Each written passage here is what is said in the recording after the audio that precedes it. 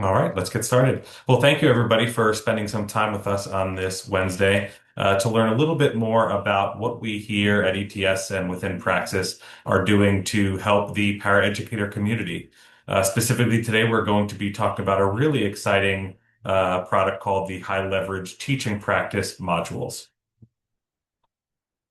Just a little bit of a review of our agenda for today before we get started. We'll just do a quick introduction. Then we will get into some really exciting paraeducator trends that actually led to the development of the high leverage practice modules. Then we'll do a deep dive on the modules themselves. We'll look at some of the use cases. We'll highlight a couple of our early pilot customers.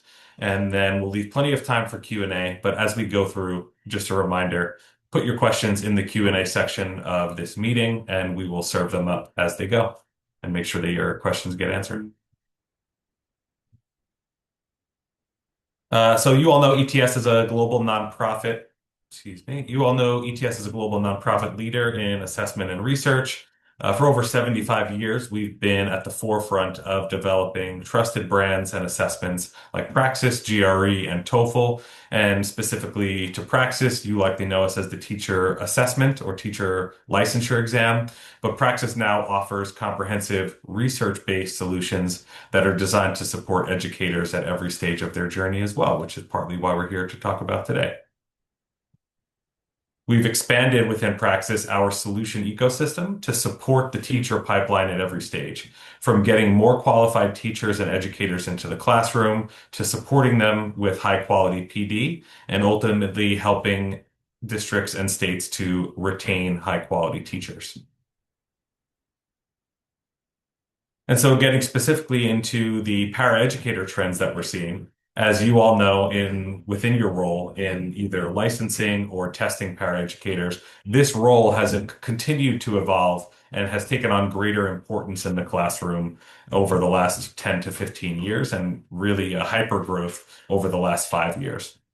The U.S. Bureau of Labor Statistics projects strong growth in paraeducator hiring to continue over the next 10 years, with some states projecting as high as a 20% increase in para or teacher aide employment in that time frame. And the really exciting part about this is that we are seeing renewed energy, expanded responsibilities, and just a growing interest across the country in how we prepare, support, and help to retain these paras in their essential role in the classroom. And so today we're excited to walk you through how we as Praxis and ETS are responding to these shifts, both in terms of the feedback that we've received from you in districts such as yourselves and the long-term trends that we're seeing shape the future of this profession. All across the country, we're seeing these roles, paraeducators, teacher aides, I know there are a lot of different names for them, step into bigger, more impactful roles. They're filling gaps where there are teacher shortages. They provide essential support for high need students, and they do a really great job of strengthening the connection between schools and the communities that they serve. Paras continue to be a critical part of creating a more sustainable and more resilient education workforce. It's been really inspiring to see how quickly states and districts have reacted to get more qualified paras into the classroom, whether it's through grow your own programs, establishing high school career and technical education pathways, or community college programs. As ETS, has been really exciting to see the innovation take place and continue over the last 5 years. And I'm going to pause here, and I'm very sorry, I forgot to introduce myself. I am Corey Galano. I know I've spoken with many of you over the last few years when it comes to delivering the ParaPro or ParaPathways test. I am the Executive Director of Paraeducator Programs here within the ETS and Praxis teams. So hello, apologies for the late introduction here, but I'm really excited to be here with you all today. And with that, I'm going to jump back into the presentation. So on the topic of CTE credentialing, ETS actually has a really exciting partnership with PDK International that we kicked off last spring to offer the ParaPro and ParaPathways assessments to districts that are already using the Ed Rising curriculum. The districts were really excited about this opportunity to have their rising seniors that are graduating be immediately eligible for employment in the classroom. And through this partnership, I'm really excited to say that we will be licensing about 1,000 new paraeducators across the country in 2026. So along the lines of trends, the really what our data is showing is that these trends aren't going away in terms of CTE programs and the growing role and importance of the role of the paraprofessional. Becoming a paraeducator is now a real career path for the classroom. It can be the beginning of a para to teacher pathway, or it can be a bridge into other career paths as well. And so for us at ETS, we've spent a lot of time thinking about how we can support this momentum and these critical classroom roles. And so over the past 3 years, myself and my team, we've had a lot of conversations, many with those of you on this call and other districts and states as well, that are directly responsible for licensing and training paraeducators. Really, what we wanted to do was better understand what the para community really needs from us. And as I mentioned earlier, through some of that feedback, we heard that we needed to make a shift and we needed to do more to go from just being content focused, which is what we've historically been with the ParaPro and ParaPathways test, to content and skill focused. And that piece of feedback specifically was the spark behind the development of the high leverage practice professional development modules. I won't spend too much time on this slide, but these are just a few pieces of direct feedback that we got from districts over the last couple of years in those conversations. One that I always like to highlight is at the top right. This is a quote from a district leader in Virginia. Knowing the content is not always enough. I need to know that my paras can convey that knowledge to the students in their classroom. Bottom row middle also is one that resonates quite a bit. Paraeducators need to know what to do when a student isn't just not comprehending the content being taught. So again, I won't read through all these, but you will have the deck. And this is really just meant to show the type of feedback we were getting when asking districts what some of the problems were in the area of paraprofessional hiring and training. And that brings us to the high leverage practice module. So we'll do a little bit of a deep dive on them now. So, as part of the development of the Para Pathways assessment, which I think many of you are already familiar with, we introduced the high leverage practice modules. These are a series of low stakes, interactive, and self-paced learning experiences that are designed to help paras strengthen the in-classroom instructional skills that they use every day. So I just want to pause here and be very clear that the HLPs, as we call them, are not part of the test. They are delivered completely separately from any assessment that you use, and they are not meant to be part of the hiring decision. They are specifically meant to be professional development and training for paras at any stage of their career, whether it be, and we'll get into this in just a bit, whether it be at the beginning of their career when they're looking to get into the role of being a paraeducator, whether they have been perhaps in the role for a few years and they just want some ongoing training, or whether they are part of a CTE program or looking to get involved in a para to teacher pathway as part of a career growth. You can see on the right side, these are the 8 areas or the 8 topic areas for the high leverage practice modules. There are 8 in total. 2 of these are already available. They were released at the end of 2025. Those 2 are engaging students with subject matter and building positive classroom climate. We specifically started with those 2 because our years and decades of learning science research here at ETS indicates that those 2 specifically have the biggest the biggest impact on classroom outcomes, including student learning, teacher happiness, and retention. And I think it's important to pause here and say, just in general, all of these topic areas for the high leverage teaching practices were specifically chosen based on that research and that learning science within ETS that indicates these are the 8 areas that would have the biggest impact on those classroom outcomes.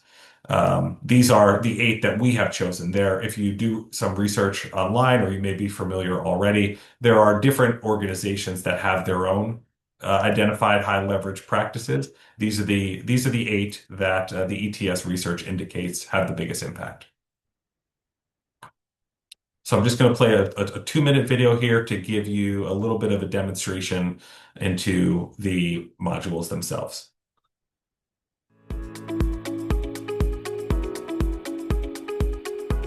What if teachers could rehearse the hardest moments before ever stepping into a classroom?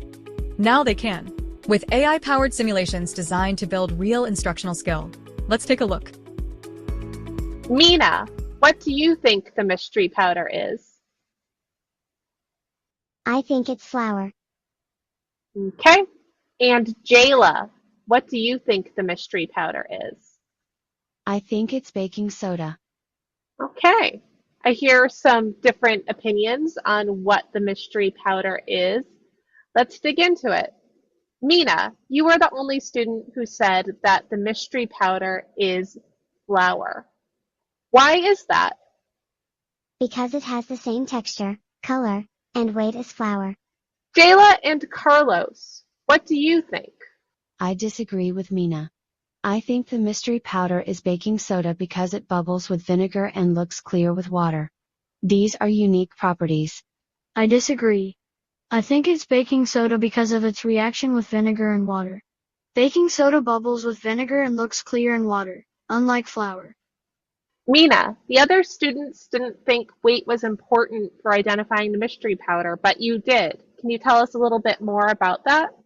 But weight helps. They both weigh the same, 24 grams. Okay, but couldn't you have, oh, I don't know, 48 grams of flour and 24 grams of flour and maybe even 12 grams of flour? At the end of the day, isn't it all still just flour? Oh. So weight is just how much we have. Here's the personalized feedback report. It shows how effectively the learner used student ideas, compares their contributions to a baseline, and visualizes the discussion flow. You'll also see curated examples, both strong and areas for improvement, to guide deeper engagement. This isn't just a simulation. It's a new starting point for great teaching. Confidence begins before the classroom.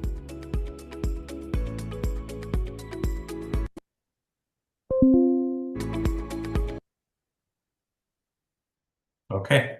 So you'll see, you probably noticed as part of that video that that particular module is powered by an AI chatbot simulation. Not all of the modules use that simulation format. Some of them are more traditional professional development content with a knowledge check at the end.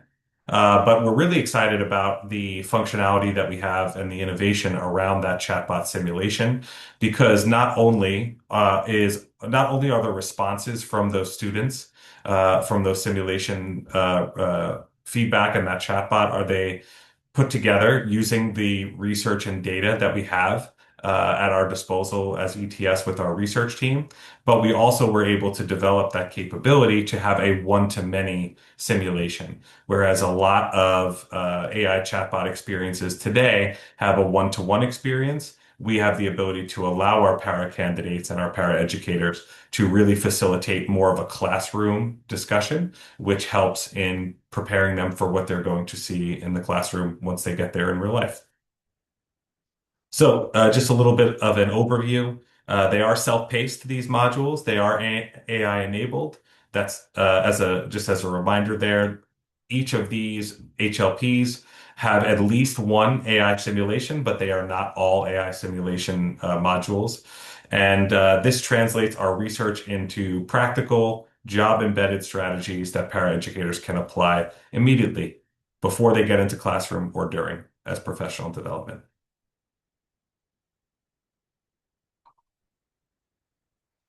So as I mentioned earlier, the two HLPs that we have already available are positive classroom climate and engaging students with subject matter. And the two learning formats are either application using scenarios only or application using scenarios and chatbot activities. They are designed to be scalable with a one-to-many implementation.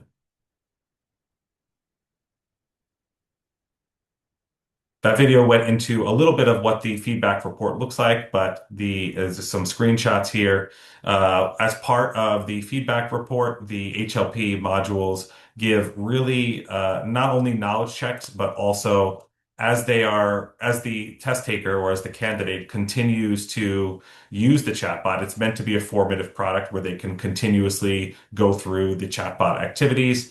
Any additional knowledge or skills that they show as part of the simulation will be noted in the feedback report as well. Hi, Corey, we have a question Sure, please go ahead. about feedback. So can an administrator have access to the feedback report, or does just the user get the feedback?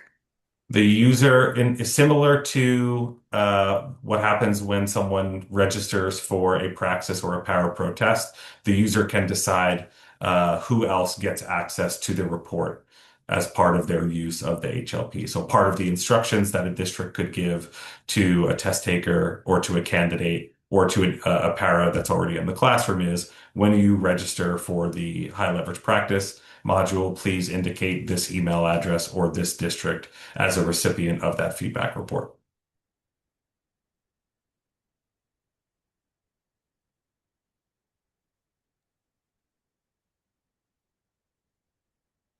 Anything else that we should answer at the moment, Rachel? No other questions for now. Thanks, Corey. Okay, great.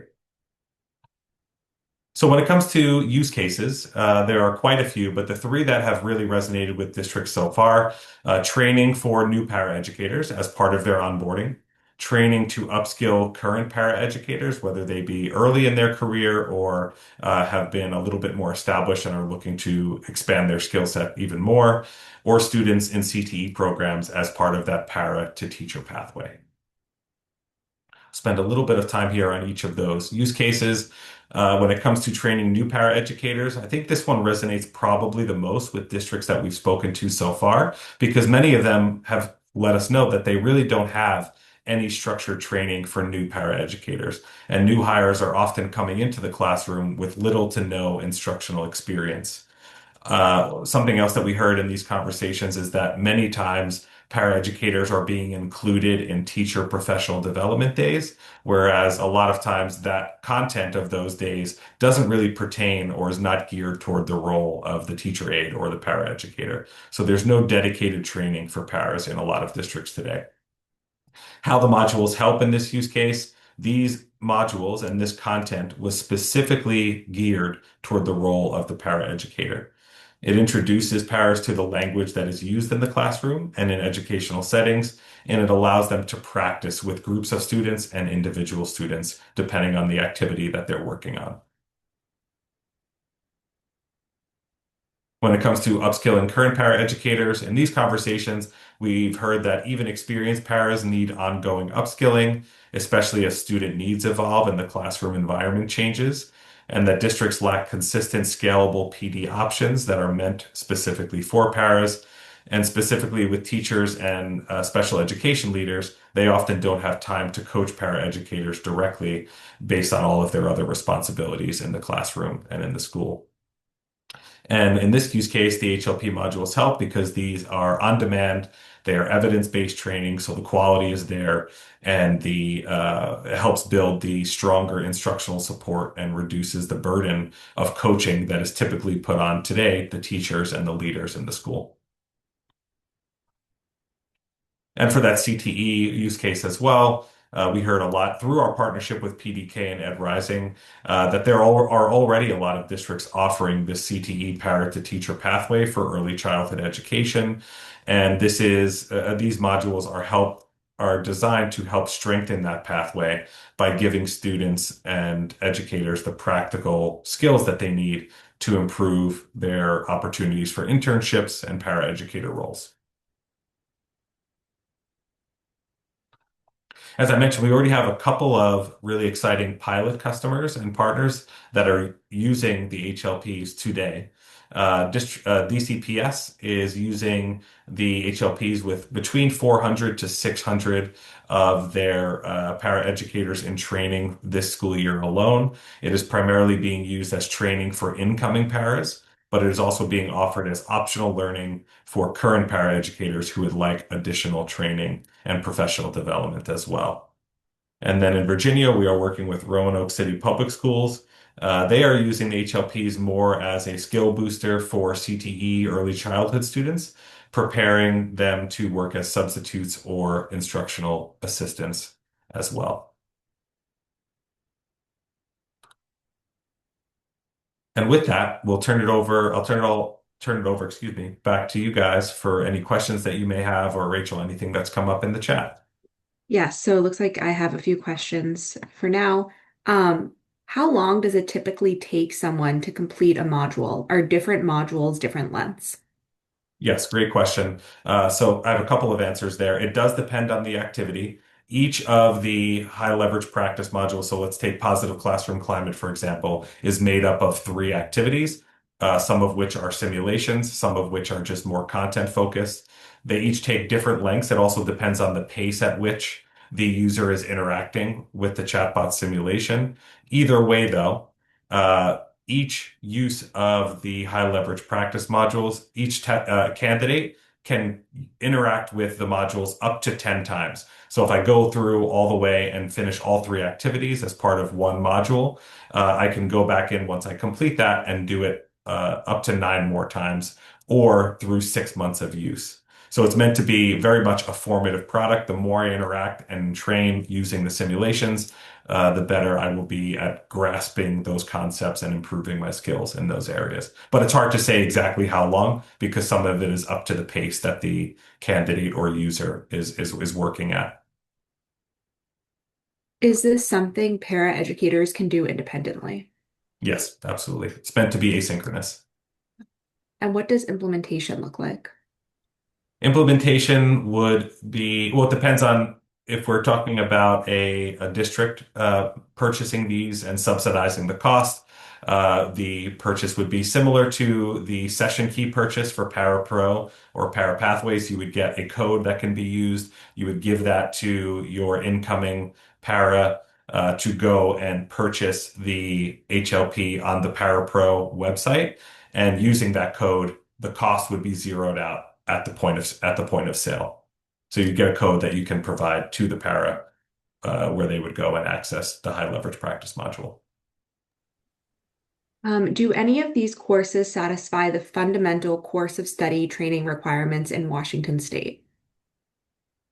That's a good question, and I don't know that I have the answer to that. But what I can do is that question in the chat in the That's Q&A, in the Rachel? Q&A from Tina. Okay, let's make note of that one. I will go through our DEP in the state of Washington and we'll get an answer to that one. I'm just not familiar enough. I don't want to answer without having the correct answer for you. Just recorded that. And then how many times can someone take a module? Up to 10 times. Those are all the questions I see for now. If anybody has questions, please pop them in.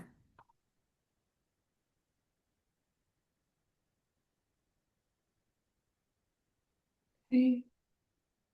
I don't see any more about the HLP modules for now. Oh, do you purchase each module separately or as a bundle? So we have both options available. If you are, for example, only interested in creating a positive classroom climate, you can purchase a group of just access to that module. If you're interested in both, we also have bundle opportunities as well. And if you're interested in learning more about that, I think Rachel put a link to our calendar in the chat. So we're happy to go through those options with you once we get to know you a little bit. Bobby asked, will you send us the cost of the modules? Do we need to reach out to DESE to make sure these are recognized for Missouri CTE program? Both good questions. Yes, we will send a pricing sheet. I would say the best place to start there would be to book through the link that Rachel sent, and one of our team members will provide all of that information to you throughout that meeting. And then in terms of being a recognized part of the CTE approved list, yes, I would reach out to either DESE or your account representative within the Praxis team. They can help you with that.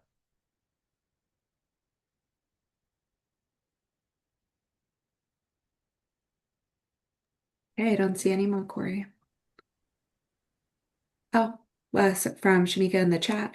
When will the new test go live? What's the cost? Are test takers required to take the modules before testing? So I just want to make sure I understand the question here. Shamika, are you referring to, in the first couple of questions there, are you referring to para pathways? Or are these all questions about the modules? She said yes. Okay, so if this is about para pathways, yep, okay, good. If the para pathways test is already live, so if you go to parapro.ets.org, you can learn more about the para pathways test. And to answer your second question, the modules are not required to take before testing. They can be used at any phase of the career or journey of a paraeducator. It can be used as part of training pre-test. It can be used after they pass the test. It really is depending on the use case that the district is employing here. Okay, we have a double click on the fundamental course of study requirement for Washington State, so we can make sure to look into that. Thank you, Jody. And then Shamika also asked, when does the Parapro expire?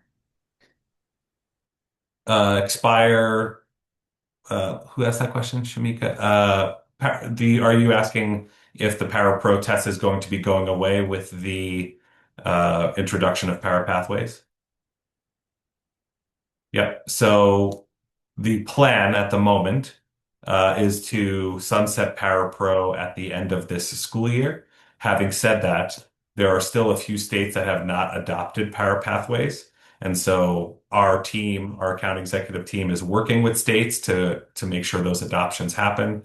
But we are not going to get rid of ParaPro while there are still states that are using it as the sole licensure decision assessment.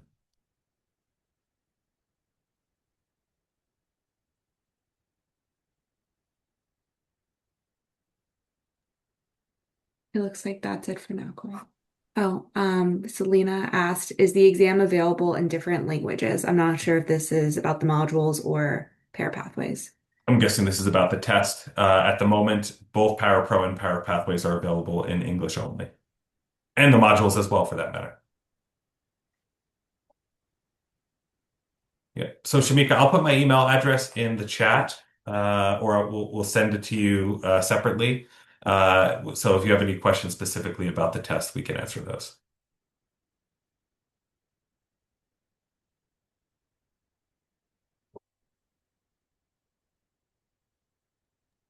All right.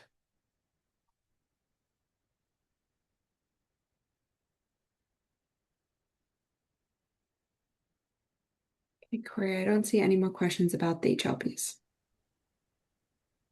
Sounds good. Well, thank you, everybody. I know we didn't take up the full time here. I'm happy to give you some time back. And please do use the link that Rachel put into the chat if you're interested in learning more about the high leverage practice modules. And you'll hear from us soon. All right. Thanks, everybody.